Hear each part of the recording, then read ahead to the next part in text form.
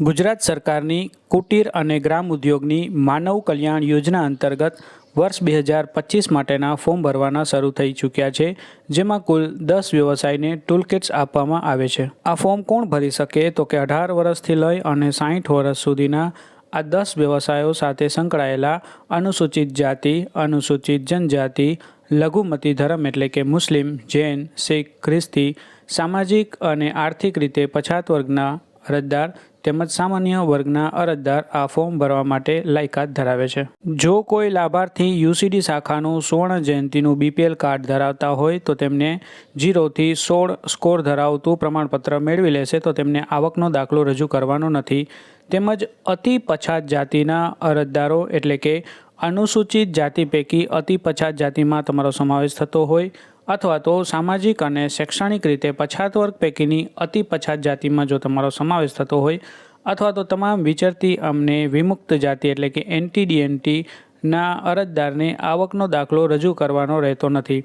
બાકી તમામ અરજદારને આવકનો દાખલો રજૂ કરવાનો રહેશે અને વાર્ષિક આવક મર્યાદા 6 લાખ કે તેથી ઓછી હોવી જોઈએ. પંચર કિટ, વાહન સર્વિસ અને રિપેરિંગ, અથાણા બનાવટ, ઇલેક્ટ્રિક એપ્લાયન્સીસ રિપેરિંગ, દૂધ દહીં વેચનાર, પ્લમ્બર, પાપડ બનાવટ, બ્યુટી પાર્લર, ભરતકામ, સેન્ટિંગ કામ. ડોક્યુમેન્ટમાં અરજદારનો ફોટો, ઈ-શ્રમ કાર્ડ, આધાર કાર્ડ, આવકનો દાખલો જો લાગુ પડતો હોય તો, રેશન કાર્ડ, જાતિનો દાખલો જો લાગુ પડતો હોય તો, અરજદારશ્રીનું એકરારનામું. આ સેલ્ફ ડિક્લેરેશનનું ફોર્મ છે જે વેબસાઇટ પર PDF ઉપલબ્ધ છે, તે તમારે ડાઉનલોડ કરી અને તમારે તેની પ્રિન્ટ કરી અને ત્યારબાદ આ ફોર્મ વ્યવસ્થિત ભરવાનું છે.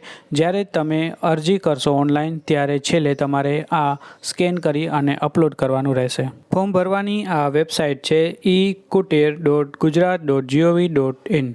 આ યોજના અંતર્ગત મંજૂર થયેલી અરજીનું એક કોમ્પ્યુટરાઇઝ ડ્રો થશે અને ડ્રોમાં જે અરજદારની પસંદગી થશે તેમનું QR કોડ જનરેટ થશે અને તેમને મોબાઈલ નંબર પર SMSથી જાણ કરવામાં આવશે. ત્યારબાદ તે અરજદારને એપ્લિકેશન ડાઉનલોડ કરવાની રહેશે અને લોગિન કરશો એટલે તમને એપ્લિકેશનમાં એક QR કોડ જોઈ શકશો. ત્યારબાદ તે જ એપ્લિકેશનમાં તમારા જિલ્લાના તેમજ આસપાસના ડીલરનું લિસ્ટ હશે. તમે કોઈ પણ ડીલર પાસેથી આ સાધનો તમે મેળવી શકો છો. ત્યાં જઈ અને તમારે આ QR કોડ સ્કેન કરાવવાનો રહેશે. ત્યારબાદ તમને OTP આવશે. તે OTP વેરીફાઈ કરશો એટલે નક્કી કરેલા સાધનો તમને આપી દેશે. ત્યાં સમયે તમારે કોઈ પણ પ્રકારની રકમ પણ ચૂકવવાની નથી.